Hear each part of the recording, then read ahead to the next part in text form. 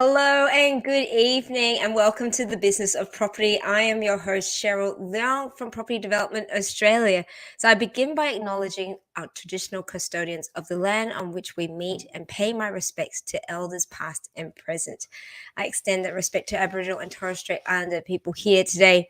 At the Business of Property, we interview superstar guests in the property space that share their expertise, their deals, their stories to help empower, build, and grow our community of property investors and developers. So, hello to Facebook, LinkedIn, and YouTube land. Give me a shout out if you're here with us today in the comments section, and if you're watching the replay, hashtag replay as well.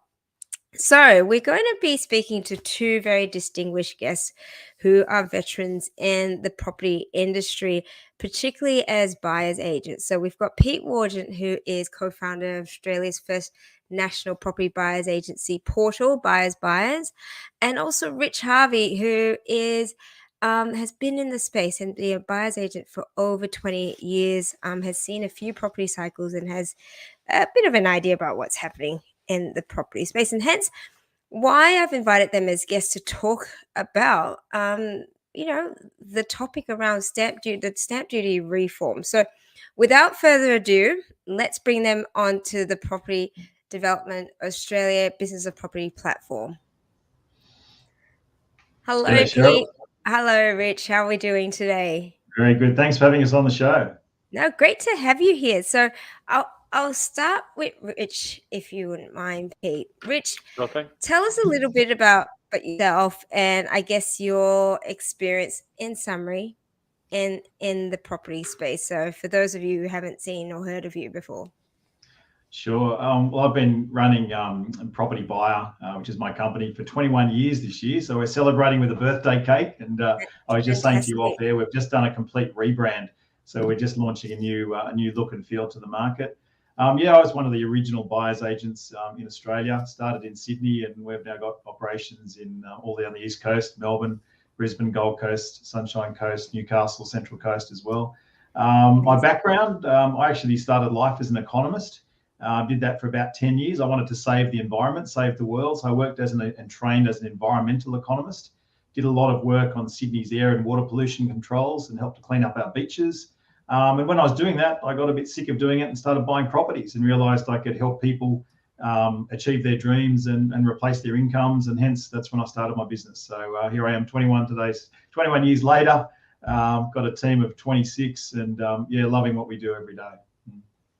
Fantastic, Rich. And over to you, Pete. Tell us a little bit about particularly buyers as well.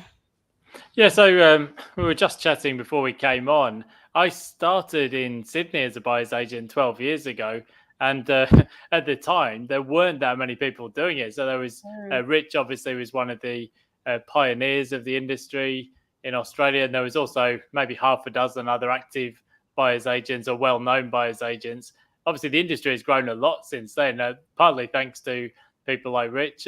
These days, I run a buyer's agent network, so we've got a national coverage. And I've also been a buyer's agent in London as well, so we have some international experience. So, yeah, hopefully between us, we've got some good information that we can cover off for you today. Fabulous. Thank you. So the topic of today is stamp duty reforms and what it means for you. I mean, our audience out there, people in the property space. And why I wanted to bring the two of you on board. One, Rich is very active, obviously, in New South Wales, in the Sydney market. And Pete, you're in Queensland, but I'd like to be able to have your thoughts as to where you think this is, what the impact is, one, and what this is mean for buyers. And two, what are the potential repercussions as well? I mean, we don't have a shiny future silver ball type thing, but again, seeing about different reforms that have happened throughout the decades, where do you think this is probably taking us? Maybe we start off. What are the reforms? Who would like to?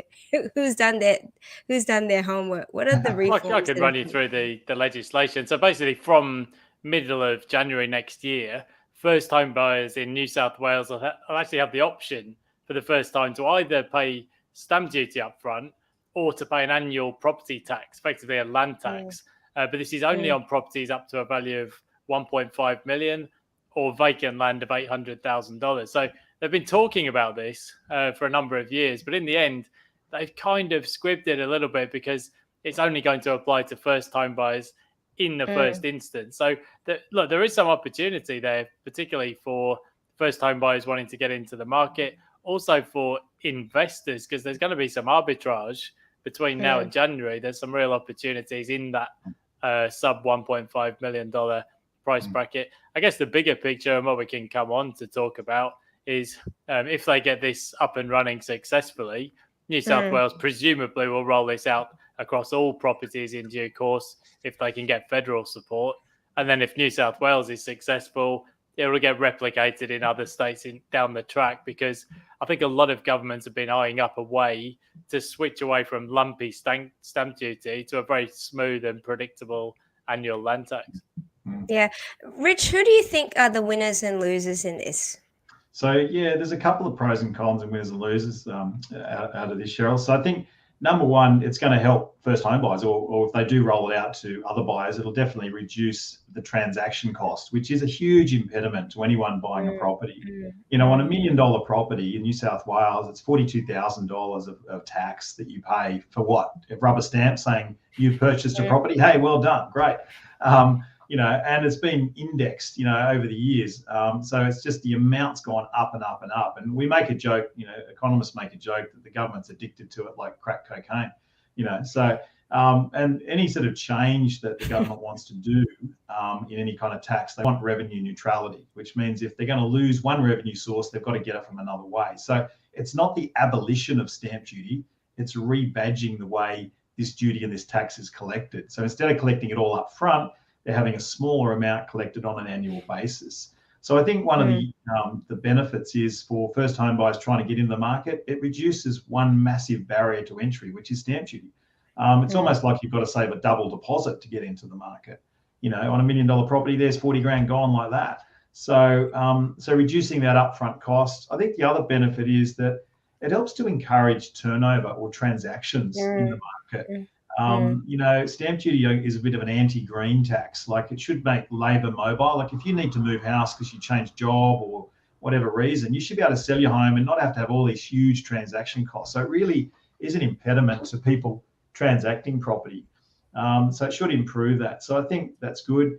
One point I will make is that there is sort of what we call an inflection point. So you've got to decide whether you pay it up front or whether you pay it down the track on an annual basis. So I think most investors will just pay it on an annual basis because it makes a lot of sense. It's, you know, it's a tax deduction.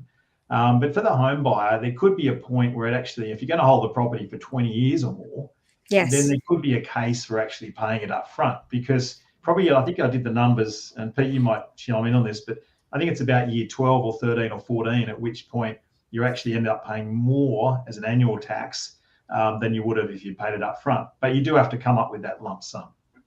Yeah, and so that's one of the questions that's popped up. He says, in the long run, will it be more than stamp duty? And so I guess what you're saying, Rich, is that, well, it depends on how long you're going to live in the property. Correct. I guess. Yeah, it really just depends on your time horizon. Yeah, no. So look, if you're buying a property for, let's say $700,000, the upfront stamp duty is only about 10 grand, and the land tax, because there's an annual amount that you have to pay, $400 plus the 0.3% land tax, $1,600 per annum. So look, the inflection point comes sooner for those lower value properties. And I guess the risk is it's effectively a forever tax on a forever home. That's what people. That's why people have always hated the idea of a switch to a land tax, and why it's been politically so unpopular.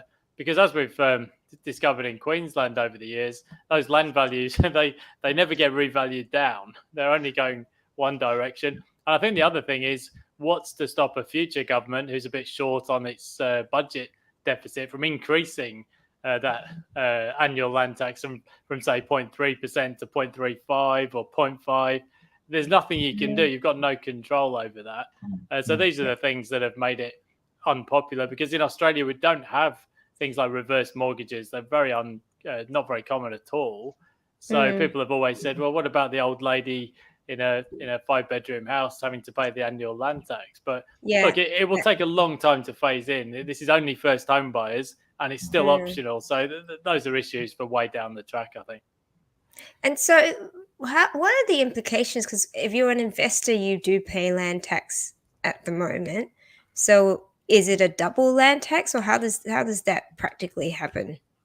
Well, the proposal is only for first home buyers at this stage, so it doesn't for investors. There's no sort of impact on the investor, but it will have an impact on market dynamics, though, and you can almost guarantee. And Rich is probably seeing it already. Investors saying, "Well, hang on, maybe I should be buying a unit in Sydney, in that sort of 1 million price bracket, or even a house in the Central Coast or at Wollongong, because there's going to be no doubt first home buyers from January going to the bank of mum and dad and say, look, no stamp duty. Can you help me get into the market with a deposit? Because the actual hurdle has come down by about 1/3 now. That's right. Yeah, I think the thing to point out too, Cheryl, is land tax is applied at different rates in different states. I forget I should know the number off the top of my head in New South Wales, but I think it's 750,000 is the minimum, whatever the number is, Pete, forget.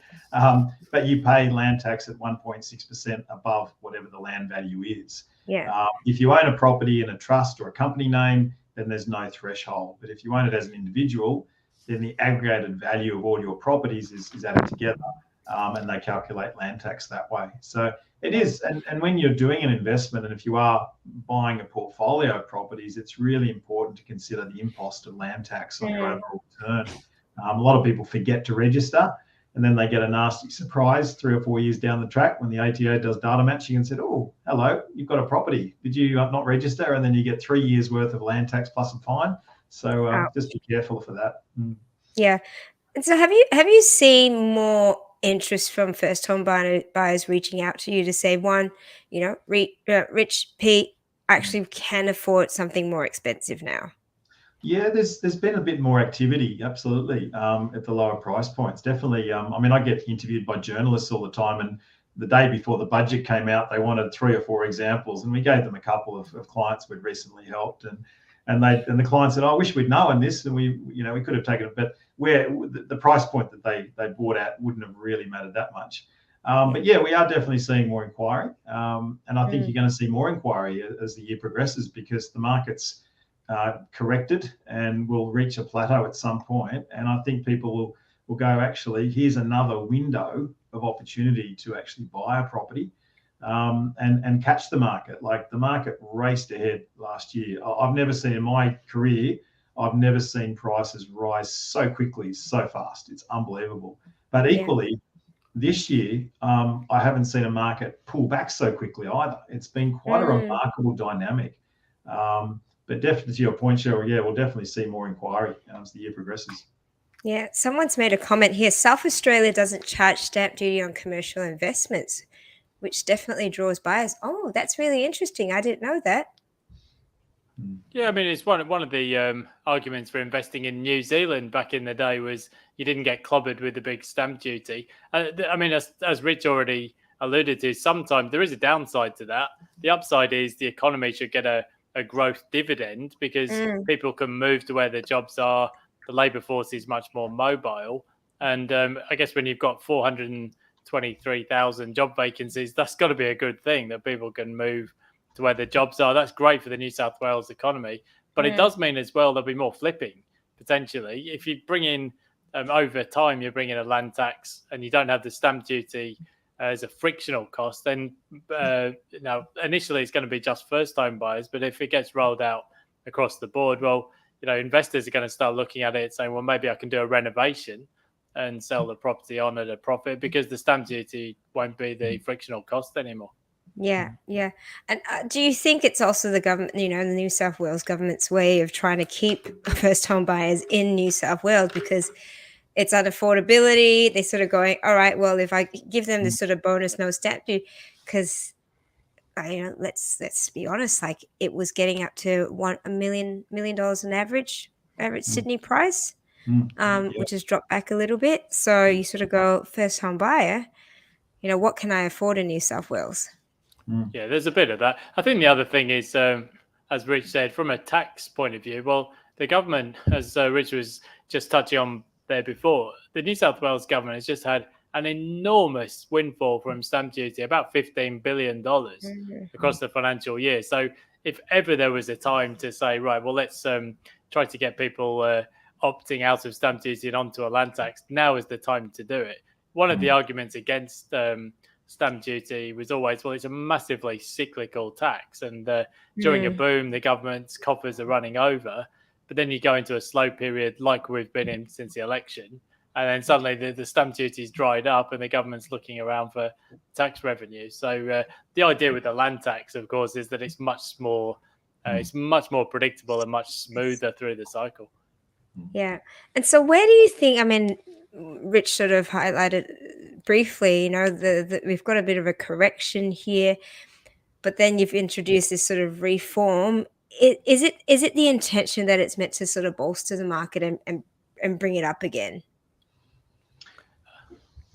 Well, it's hard to say. I mean, the government doesn't really want to bolster the market one way or the other. They simply want to bring equity and fairness and provide an avenue for affordability. I mean, the state governments control land supply through their policies, and they can have a huge impact on what developers get charged, what councils charge, and really impact land supply. So I think in terms of their policy, they definitely want to, for the general public, keep housing relatively affordable. But the forces of supply and demand will always play out. And I think this stamp duty reform is a good one. I think it's a necessary thing. It's a bit like, remember when the GST came in? Everyone was saying, oh, it's a stupid tax. Actually, from an economic point of view, it's quite an efficient tax. Taxing people at the point of consumption is a good idea. And the more you consume, the more tax you pay. In a property sense, there's got to be the principles of equity and fairness applied to property taxes too.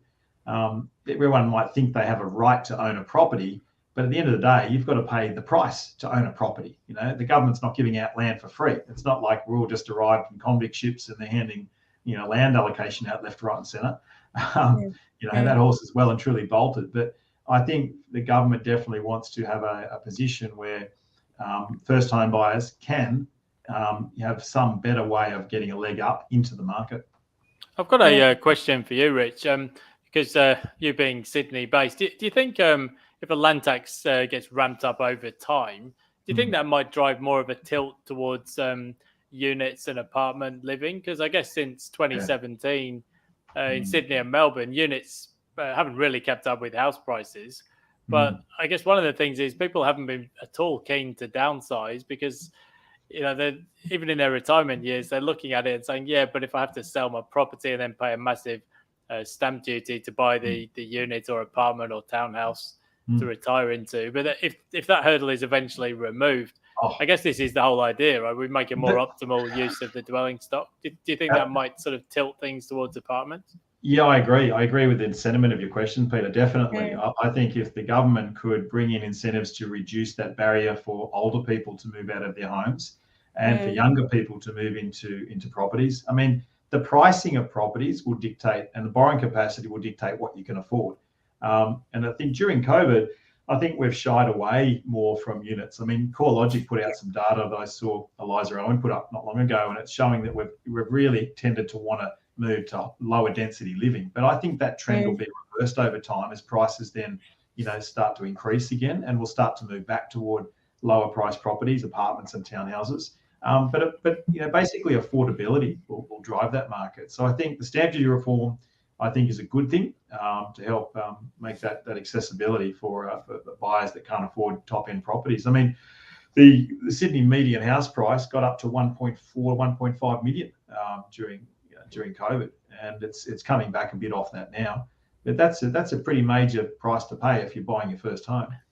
Yeah. I went down to Brisbane at the weekend. I was catching up with a family who I know who live literally in Brisbane CBD on Queen Street. And there's four of them who live in a unit.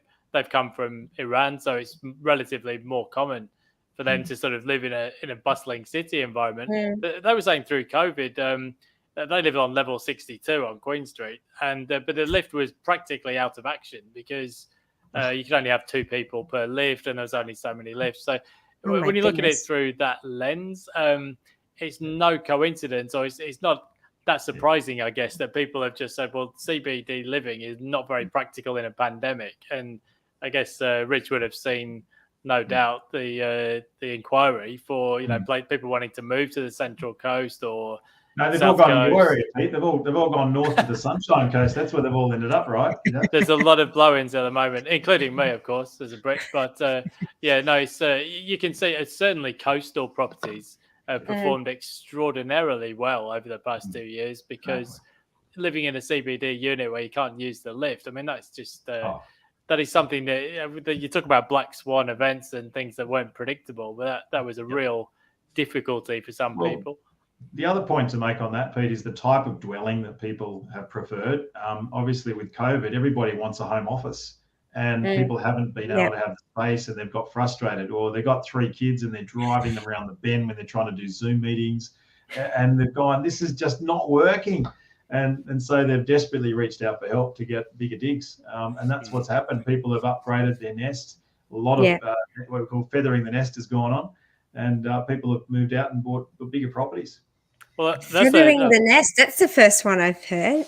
That's the first time I've heard that. Everyone's, flying the coop and all. But I do see lots of people, and in terms of people upgrading during the COVID times, particularly during COVID times, because they were like, I can't handle this lockdown with children. I need to get out of my little shoebox for some space. I suppose I had a follow-up question there, Rich, and that is, we've seen just in the past 3 or 4 months that more people are selling up in Noosa, Sunshine Coast, those kind of areas, and houses are selling much more slowly than they were. But are you seeing any trend towards people moving back towards Sydney? Because clearly there was the census figures. That's an interesting question. Yeah, I mean, the ABS had census figures and population figures out today, and interstate migration to Queensland, particularly southeast Queensland, was over 50,000 last year. It's literally never been that high, not even in the mining investment go-go years. But I'm just wondering whether some of those COVID refugees are now sort of being called back to the office in Sydney and Melbourne. I've seen, it's anecdotal, I've seen 1 or 2 examples, but I'd be interested to hear. Yeah, we certainly haven't had a flood of inquiries from people that are, as you call them, COVID refugees. I think it's more, as you say, anecdotal. I mean, we've had friends of ours that moved to Tasmania thinking, oh, wow, this is going to be beautiful, and then realised how flippin' cold it is down there, and sold up and moved back to Sydney 6 months later. So I think the reality, or the dream, is different to the reality for some people, where they might go to the sunny coast or the Newcastle or Sunshine Coast or wherever they go, and then get there and realise I'm really missing my friends, or I'm really missing my family, or actually I'm missing collaborating with my work colleagues. And I think it's probably a bit early to call that trend. I did get called by a journalist the other day on exactly that question, looking for evidence of that. I would say it's not widespread, but I think it's one to watch. And I think, depending on what companies issue as an edict for their workforce, and say, look, you've got to be in the office for 2 days a week, 3 days a week, or 5 days a week, depending on which company you're with, that's going to determine whether that dynamic plays out, Pete. I've been spending a bit of time in Sydney at a couple of the major banks, and the office is still 80% empty. Every second desk is sort of left vacant for COVID, and the major banks haven't really sent people back into the office yet. And of course, in a financial services capital like Sydney, that's a huge employer. If the big 4 banks start bringing people back into the office, I think that could start to see things reverse potentially. Well, we talk to a lot of bankers and financial planners and whatever, and whenever I'm talking to the senior bankers, they're all working from home, and they're only going into the office for social engagements or 1 or 2 days a week max. I mean, with my staff, we were already half of us working from home anyway, because a lot of us are working remote. For my wife, who works in not-for-profit, they require them in the office between 2 to 3 days a week. And that's purely for collaboration purposes. So I think it depends on what industry you're working in as to where that policy will go. I definitely think there'll be a trend to migrating back more into the office. Probably 3 days a week will be the happy medium. So I think, it could be Monday, Tuesday, you work from home, and or whatever. They're going to have certain collaboration days. And that will also bring a dynamic to the commute and to traffic and people moving back toward the cities. But I think the romance of always living really remotely, I think will wear off to some degree over the next 5 years. Yeah, I think people got a little bit comfortable, and then they went. They're just sort of stuck in their UGG boots, particularly in the cold. But I am seeing that either one, like I said, office, businesses are asking people to come back, or people just sort of go, actually, it's easier for me to talk to others. We've got a few questions and comments here. From the developer's point, if they have to pay land tax, won't they be increasing their costs? And I understand. Well, land tax you do have to pay if you're a developer holding an investment property anyhow. So that theoretically should be included into your feasibility anyway. I don't think there's any additional. There's no change at this point. There's no change there. If a developer buys a property, they've just got to pay the tax. There's no change in the tax regime for that. No. Yeah. And there's a comment here. I'm old enough to remember the Great Migration from Melbourne and Sydney to southeast Queensland during the 89 to 91 recession. And I think over half of them ended up back at home within a few years. Well, that's interesting because I guess at the time, technology as well didn't quite allow for really working remotely, where it's one of the big differences now. Because if you think back to the early 90s recession, those would have been the days of Ansett. I think that was even before Virgin Blue. I think the thing is now you can jump on the plane at Maroochydore and I can be at my desk in Sydney by 9 o'clock really easily. And I can even do a day trip to Sydney. It doesn't cost a lot. I mean, it does make for a very long day. But yeah, I mean, travel is a lot more, it's a lot cheaper and more accessible than it used to be. You'd be surprised, on Monday, getting a plane from Maroochydore to Sydney. There's a lot of people doing it now. They just slip the thongs off when they arrive in Sydney and try and look semi-professional. But it's the flights that have got cheaper. I guess that's the big difference. It used to be quite punitive, but now you can do day trips relatively easy. So we're actually, just to that point, you asked a question before, Pete, which is related to this question. We actually are getting some clients that are buying a bolt hole in Sydney, and then they've got their other property either in the Sunshine Coast or Newcastle or mid-North Coast somewhere. So we are seeing a bit of that. And as you say, because the flights are cheaper, but obviously the airports are a nightmare at the moment because they're still short-staffed and you've got to get there 3 hours before your flight, if it's going on time, that is. So there's obviously a few wheels that need to get really moving. But yeah, it definitely travels a lot cheaper. But I think also a lot of people move back because the jobs were obviously paying a lot better in Sydney and Melbourne back in that time. And now we have a situation where you can earn a high-paying job and work remotely, and it's still okay. And that I think will continue. There's going to be a great war for talent again over the next couple of years until our unemployment rate, goes up again and the migration really comes in. So I think you'll see a lot of people trying to get the best of both worlds, collaborating with their colleagues, as you say, coming to Sydney for a couple of days a week or Melbourne, and then coming home for the rest of the week. Yeah, I've heard some of the tech employers, the big employers in tech, sort of cutting edge startups and so on, they're basically having to allow staff to work from home because there just isn't the availability of skills at the moment. So the bargaining power is all in favour of the employees at the moment. So if you're in a STEM career where you can work in a home office, I think a lot of people have sort of based themselves at Brisbane, Gold Coast, Sunshine Coast, probably Byron, Central Coast as well. I had a question for you, Rich, on I was just casting my mind back to Sydney in 2017 when there was the credit squeeze and then we had the Banking Royal Commission, and there was all this sort of debate in the media about daily housing prices that, there was like this smooth glide lower, but when I was going to auctions, it was like prices changed 10% overnight.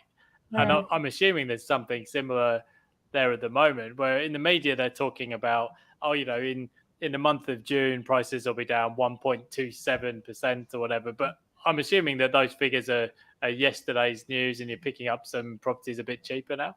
Oh, absolutely. CoreLogic report that the Sydney median house price is down 2.6% for the quarter.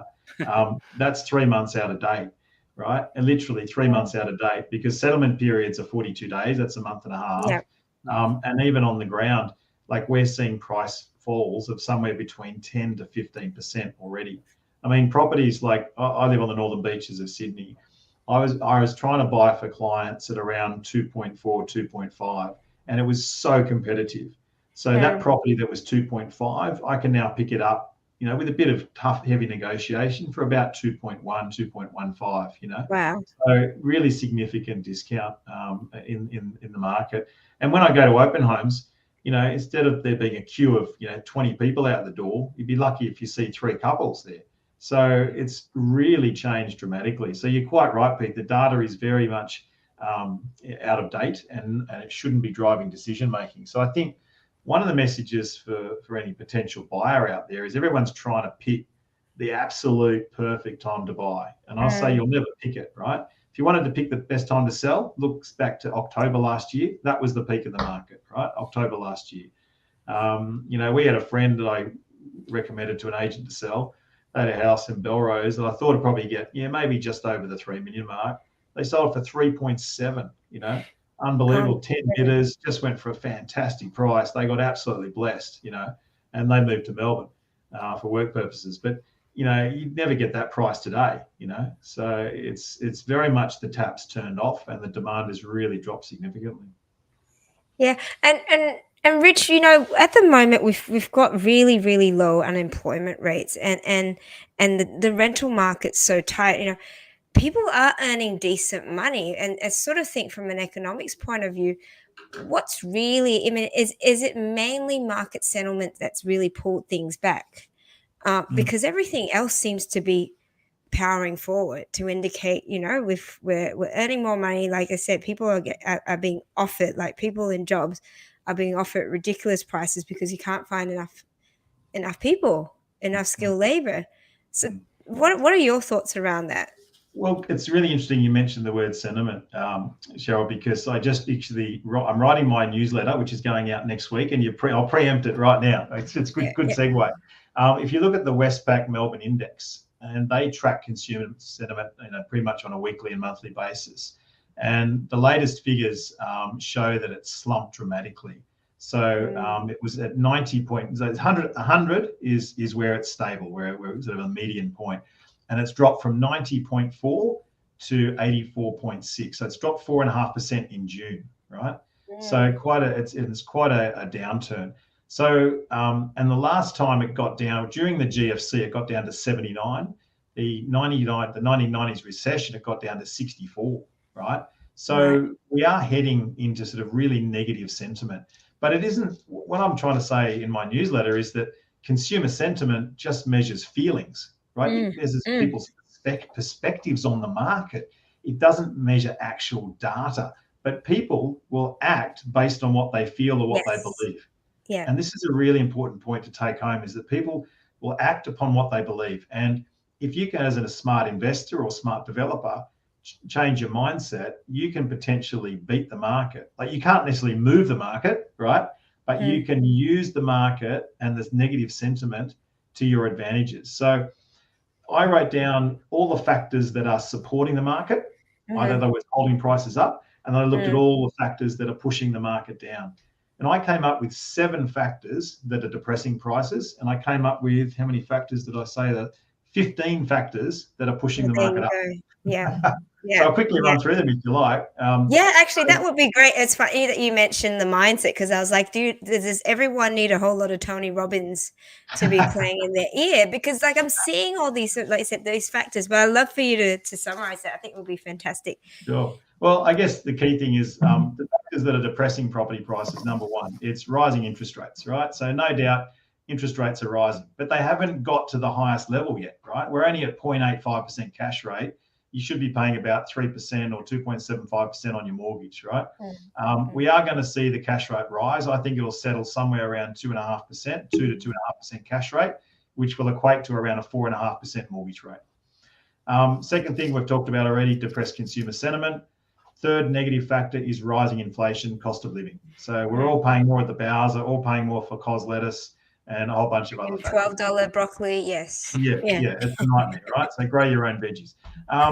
the big factor that's really depressing the market is borrowing capacity. So people's borrowing capacity, as interest rates rise, borrowing capacity reduces. Now, I've asked this question to many, many mortgage brokers that we work with. And basically the underlying rule is that for every 1% increase in interest rates, you'll probably see around a 10% decline in borrowing capacity. So a lot of people don't realize that equation. So if you've got borrowing capacity, you've got 90 days to use it. And then you get reassessed and you're going to end up with a lower borrowing capacity. And what it can mean is that people can actually miss out on the opportunity to buy into the market well. Anyway, I'll come back to that point later. Another factor depressing prices is global share market uncertainty, the Ukraine war creating supply chain crunches. Another depressing factor is affordability constraints. Property prices are still high relative to people's income, that debt to servicing ratio. And lastly, we're also seeing in this post-COVID property boom, a correction in vendor expectations. Vendors are having to correct their expectations. So that's on the negative side. On the plus side, what are the factors that are kind of supporting or putting a floor under property prices? Number one is migration. We've got lots of problems in processing visas, but we should be getting at least 160,000 or plus migrants. Hopefully they can work out how to rubber stamp these visas a bit quicker and get the skilled migrants in the door and workers for cafes. Building approvals is the second one. Building approvals has gone lower. Now, what that means is that we're not building enough properties to keep up with demand. And if we're not building enough properties, then we're going to have a supply crunch. So we pretty much got to an equilibrium level a couple of years ago. We always had a deficit in property in Australia, and then the developers caught up, and now we're in the next phase where we're going to be actually going short again. Another big factor is listing volumes at 28% below the 5-year average. So 28% lower listing volumes overall. So that's a pretty significant. 4, we've got a growing economy. We're resilient. I think the growth rate is around 4.25% for this year, around 3% forward for next year. Low vacancy rates, massive rental increases. We're at 9% rental increases already this year. Low unemployment, strong household balance sheets. I'm just ripping through these. Strong household balance sheets. Borrowers are ahead on their mortgages. That's a big one. We've all got buffer, and people have paid ahead during the COVID period, which is great. APRA is still insisting on that 3% serviceability buffer to stress test mortgage rates, mortgage loans. Construction costs have risen dramatically. Now, what that means is that the replacement value of your home has gone up. So inherently, the value of your property has gone up as well. So a lot of people are actually not wanting to renovate or holding off doing building because they simply feel like they can't afford it. And then we've got the 2 federal government help to buy, the New South Wales, we're just talking about the first time buyer stamp duty. And the final factor is when the share market's crapping itself, people see property as a safe haven and a hedge against inflation. Yeah, just going back to you talking about the value of the property. This is a public service announcement more than anything else. You should look at your insurance for your properties as well, because replacement value, if anything goes, poo, you're not replacing it at the price that you probably insured it for. So have a look at that. So I mean, this is the part where we do have to be able to see if the question is, what's the next year going to look like? What are the next 2 years going to look like? And where's the confidence in going, property still the place to be? Like you mentioned before, we're not going to be timing the market, but where do you see the opportunities are for buyers, like the clever buyers here? I think on the timing point, Richard was mentioning rising interest rates there. I think that's the key thing. It's a sentiment thing. Loads of first-time buyers have never seen an interest rate hike. And if you look at Bloomberg today, the financial markets are looking for a cash rate of above 3% by the end of the year. Now, as Rich said, I don't think we'll get there, but there's a lot of fear out there that, well, what happens if inflation takes off and we see high interest rates? Now, it looks increasingly likely to me that inflation isn't going to peak in Australia until the end of the year, Q4, because you've still got things like electricity costs and household power bills. They're going through the roof. Rents are going up, say, at maybe 20%. at an annual pace. And there's other things to flow through yet to the official figures, like, as you mentioned, lettuce and fuel and so on. Now, inflation's reported with a lag in Australia. So those Q4 figures won't be reported until February next year. So that's probably the end of the hiking cycle in my book. Look at all the commodity prices around the world. They went sky high, but now they're falling. So eventually you're going to start to see those high inflation figures falling away. And I think as soon as people realize that, firstly, the cash rate's not going to go much higher. And secondly, as Rich said, it's more of a sentiment thing. It's not like the cash rate's going to be high. It might be 2 to 3%. It's going to be higher than it is now. But the borrowing capacity thing is a real factor. But again, the Reserve Bank has shown most borrowers don't actually borrow the maximum amount that they can. Most borrowers actually are quite conservative because the market's mainly made up of home buyers. So I guess the biggest thing of all at the moment is just sentiment. People have read all the media articles about rising interest rates, runaway inflation. Before we know it, we'll be talking about rate cuts in 2023. In fact, the financial markets are already pricing cuts in the US. Australia, not yet, but give it a few months and a couple more 50 basis point hikes. It won't be long before people are seeing the terminal cash rate, which if I had to guess, 2.4 or 2.6 or something like that. We won't see high interest rates. They're just higher than they are now. Yeah. I think the key is that if you live on a diet of negative media, you'll never do anything. But what I'm saying to all my clients or prospective clients is that borrowing capacity is absolutely a golden opportunity. If you've got the ability, you've got income, you've got earning capacity, and you've got borrowing capacity, use it or lose it. I mean, I'll give you a personal anecdote. I looked to refinance all my properties last year, managed to lock in a couple of fixed rates. I got one rate at 1.79%, hallelujah, for 2 years. That was the lowest rate I've ever paid in my life, so I'm locking that one in. And I locked in a couple of other ones at just around the 2% mark. So, but don't try and fix now, by the way. And this is not financial advice, but you've missed the boat. But what I'm saying is I've got that borrowing capacity, and I've just bought 2 properties in the last month. So I'm putting my money where my mouth is. And for me, I'm trying to time the cycle. I'm not trying to find the exact perfect time to buy. And, I bought a property, one for 2 million, one for 950. Now, the one for 2 million, I could have paid 50 grand too much, but I don't care. I'm holding this property for 20 years, putting a duplex on the back, getting some extra income. The other one, if I've paid 10 grand too much, I don't care. I don't think I have. I think I've paid the right price. And I'll stick a granny flat on that one to get extra income. So for me, I'm looking at the rental income that I'm getting from these properties, which I know will just astronomically rise and more than compensate what I'm going to be paying for in extra interest costs. So I think what the message for anyone out there is to do the maths, literally do the maths and actually work out that, yes, as Pete said, a lot of people haven't seen a situation of rate rises before. We're going through this situation which is sort of literally unprecedented, to overuse that word, of rate rises. But do the maths, do the calculations, and work out, hey, I can still afford to buy this property. Because if you then wait, a lot of people are doing the hold and wait approach, do nothing approach. And then when everyone realizes, interest rates have found a floor, the property market's found a floor, you're going to turn up to an auction and you're going to have 5 other people there instead of one other person or nobody there, right?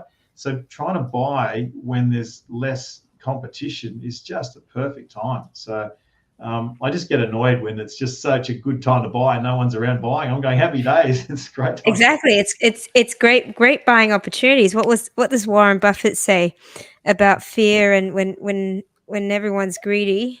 Be fearful when others are greedy, and greedy when others are fearful. That's it.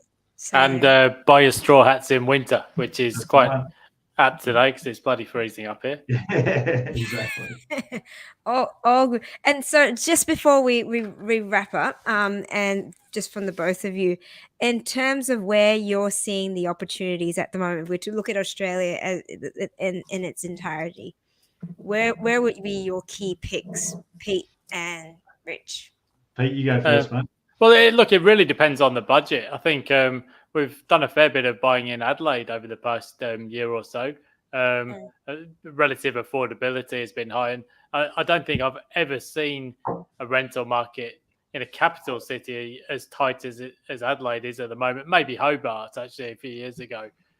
So as Rich already said there, rents are going through the roof in some cases. I think there was a news article today or yesterday about a single room that somebody had just put a shower in. It was renting out for $400 a week. There's a huge amount of pressure, but I think it really depends on budget. If you've got the budget to buy a house, on a good block of land, that's usually the preferred option for most people at the moment. Plenty of regional markets have still got momentum, and if your budget's a bit higher, well, you might have a counter-cyclical opportunity in Sydney.